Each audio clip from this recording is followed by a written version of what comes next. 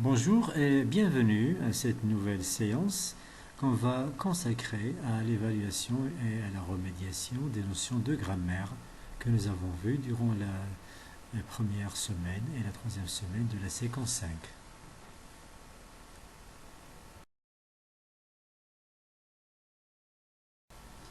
Et on commence par un petit rappel, la phrase négative, pourquoi et comment.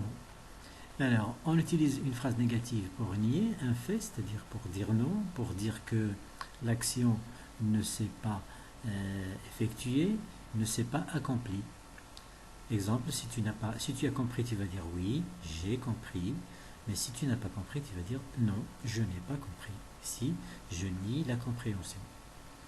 Bien, on exprime la négation à l'aide des mots ne pas, ne plus, ne jamais, ne rien, ne personne, qui sont des adverbes de négation ou bien des marques de négation. Les marques de la négation encadrent le verbe dans les temps simples. Exemple, je ne bavarde pas en classe. Ici, le verbe bavarder, il est conjugué au présent. Le présent est un temps simple. Donc, il est encadré par ne et pas. Et ils encadrent l'auxiliaire dans les temps composés, par exemple dans le passé composé. Exemple, je ne suis pas arrivé en retard. Ici, ne et pas ont encadré l'auxiliaire suis, c'est-à-dire le verbe être. Donc, je ne suis pas arrivé en retard. Quand le verbe est à l'infinitif, les marques de négation se placent devant le verbe, c'est-à-dire dans la phrase ici, nous avons manger en classe. Le verbe manger n'est pas conjugué, donc on va dire ne pas manger en classe. La phrase impérative, à quoi ça sert? Alors, la phrase impérative sert à exprimer un ordre. Exemple, reste à ta place. Un conseil, utilisez toujours les passages protégés. Et à la forme négative, il exprime une interdiction.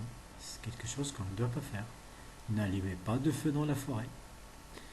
Elle est souvent construite autour d'un verbe à l'impératif. Vous regardez ici les verbes reste, utiliser, allumer. Donc ce sont des verbes à l'impératif. Donc elle est souvent construite autour d'un verbe à l'impératif. Elle se termine par un point ou par un point d'exclamation. C'est la même chose.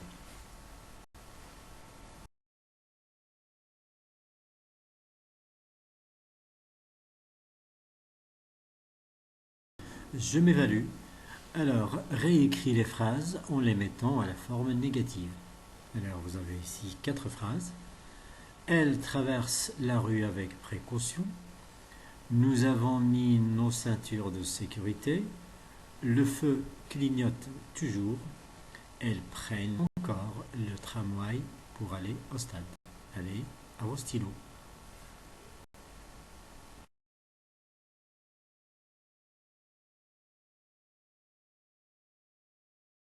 Vos réponses sont-elles justes? Voyons ça. Elle traverse la rue avec précaution. Nous avons un verbe conjugué à un temps simple, c'est le présent. Donc les adverbes vont encadrer le verbe. Donc on va dire elle ne traverse pas la rue avec précaution. Nous avons mis nos ceintures de sécurité. Ici nous avons un temps composé, c'est le passé composé. Donc les adverbes de négation vont encadrer l'auxiliaire avoir. Nous n'avons pas mis nos ceintures de sécurité.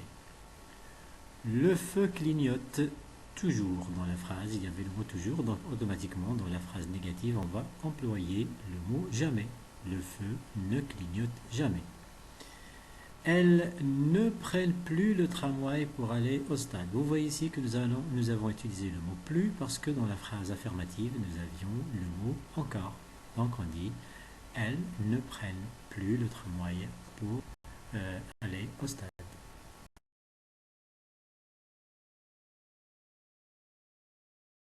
Ici, on vous demande de produire 3 phrases pour exprimer la négation avec les adverbes ne rien, ne jamais et ne plus.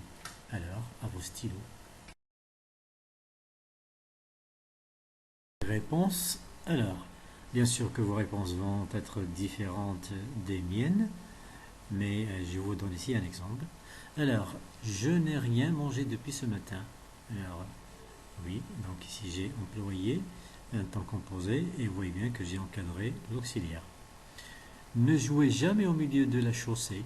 Ici, j'ai employé un verbe conjugué à l'impératif. Donc ici, j'ai exprimé une interdiction. Et dans la dernière phrase, papa est en retraite, il ne travaille plus. Ici, le verbe travailler conjugué au présent. Donc il est encadré par les adverbes de négation ne et plus.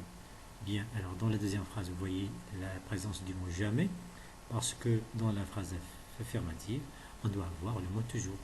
Et dans la troisième phrase, nous avons le mot plus, parce que dans la phrase affirmative, il doit y avoir le mot encore.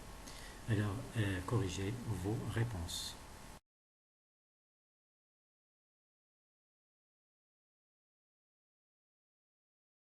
Les phrases impératives maintenant. Alors nous avons ici 6 phrases à transformer en phrases impératives. Tu dois tourner à droite. Nous respectons les piétons. Vous devez faire attention en traversant. Tu dois utiliser ton panneau de signalisation en cas de panne. Nous mettons nos casques. Vous ne roulez pas rapidement. Alors, à vos stylos.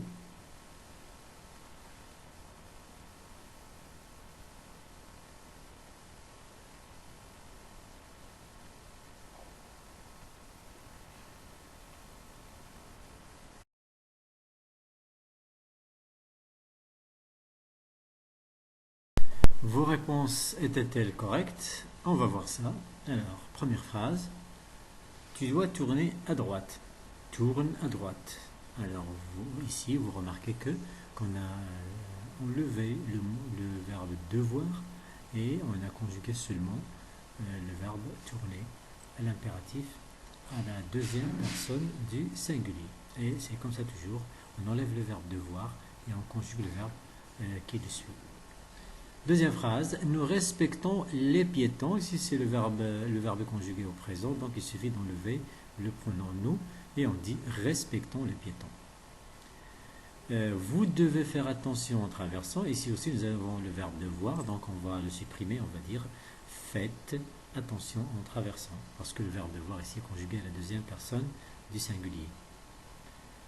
Quatrième phrase, tu dois utiliser ton panneau de signalisation en cas de panne. Ici aussi, nous avons le verbe devoir conjugué à la deuxième personne du singulier. Donc, on va conjuguer le verbe utiliser à la deuxième personne du singulier. Bien sûr, à l'impératif, utilise ton panneau de signalisation en cas de panne. Nous mettons nos casques. Ici, c'est aussi le présent. Donc, il suffit d'enlever le pronom et on va dire mettons nos casques. Et dans la dernière phrase, il s'agit d'une interdiction, donc on va dire nous ne roulez pas rapidement. Et j'espère que vos réponses étaient justes, sinon corrigez.